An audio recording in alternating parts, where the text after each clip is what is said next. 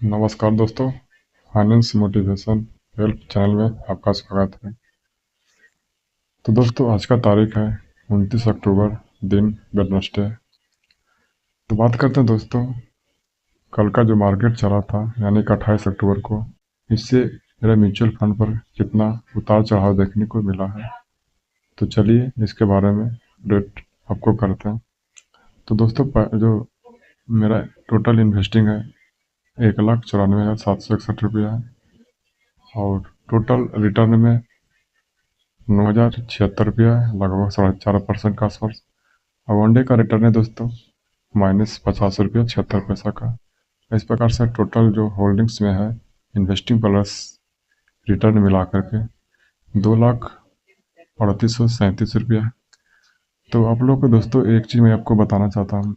मैं पिछले कई वीडियो में आपको बता चुका था कि जो मेरा DSP लिक्विडिटी फंड है, इसमें सिर्फ एक इमरजेंसी फंड है, जो कि मैं इसे लॉन्ग टर्म तक ले चलाने का मेरा कोई उम्मीद नहीं है। मैं बताया था कि जब भी हमको कोई ज़रूरत पड़ेगा, इमरजेंसी पड़ेगा, तो मैं इसे अपना पैसा निकाल कर ज़रूरत पूरा कर सकता। तो दोस्तों, पिछले मेरा वीडियो में देखे होंगे तो जो टोटल मेरा इन्वेस्टिंग था वो 2,15,000 के आसपास में था, जो कि मैं DSP लिक्विडिटी फंड से 20,000 रुपये के आसपास निकाला हूँ दोस्तों, जिसके कारण टोटल इन्वेस्टिंग में मेरा 1,94,761 रुपये बचा है।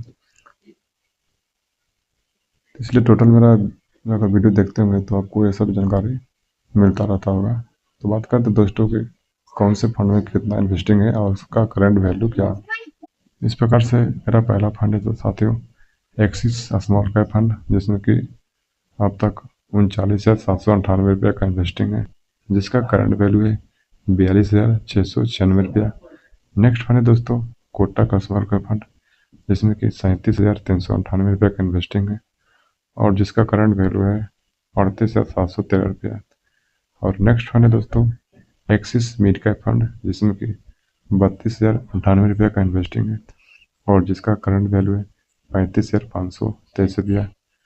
नेक्स्ट फंड है दोस्तों DSP लिक्विडिटी फंड, जिसमें कि 28,869 रुपये का इन्वेस्टिंग है, और जिसका करंट वैल्यू है 29,194 रुपये का। नेक्स्ट फंड है दोस्तों Nippon India small cap fund, जिसमें कि 27,598 रुपये का इन्वेस्टिंग है, और जिसका करंट वैल्यू है 28,184 रुपये। नेक्स्ट फंड है दोस्तों SBI Nifty small cap fund, जिसमें कि 15,499 रुपये का इन्वेस्टिंग है, और जिसका करंट वैल्यू है 15,692 रुपये। नेक्स्ट फंड है दोस्तों पराग पारिक फ्लेक्सी कैप फंड, जिसमें कि 13,499 रुपये का इन्वेस्टिंग है, और इसका करंट वैल्यू है 13,836 रुपये। तो ये रहा दोस्तों सभी अलग अलग म्यूचुअल फंड सभी का किसमें कितना फंड लगा रखे हैं और उसका करंट वैल्यू क्या है। तो बात करते दोस्तों कि टोटल रिटर्न अब तक ले कौन सा फंड टोटल रिटर्न कितना दे रखा है। तो इस प्रकार से मेरा पहला फंड है दोस्तों एक्सिस स्मॉल कैप फंड, जिसमें कि 2897 रुपये का अब तक रिटर्न दे रखा है, लगभग 7.28% का। नेक्स्ट फंड है दोस्तों कोटक स्मॉल कैप फंड, जिसमें कि 1,314 रुपये का रिटर्न दे रखा है, लगभग 3.5% के आसपास। नेक्स्ट फंड है दोस्तों एक्सिस मिड कैप फंड, जिसमें कि अब तक 3,424 रुपये का रिटर्न दे रखा है, लगभग 10.5% के आसपास। अगला फंड है दोस्तों DSP लिक्विडिटी फंड, जिसमें कि अब तक 325 रुपये का रिटर्न दे रखा है। नेक्स्ट फंड है दोस्तों Nippon India small cap fund, जिसमें कि 586 रुपये का रिटर्न दे रखा है। नेक्स्ट फंड है दोस्तों SBI Nifty small cap fund, जिसमें कि 192 रुपये का रिटर्न दे रखा है।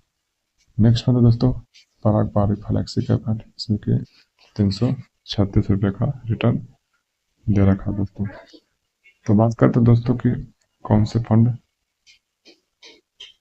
28 अक्टूबर का जो मार्केट चला था उससे म्यूचुअल फंड में कौन सा फंड वनडे का कितना रिटर्न पॉजिटिव या नेगेटिव दिया है।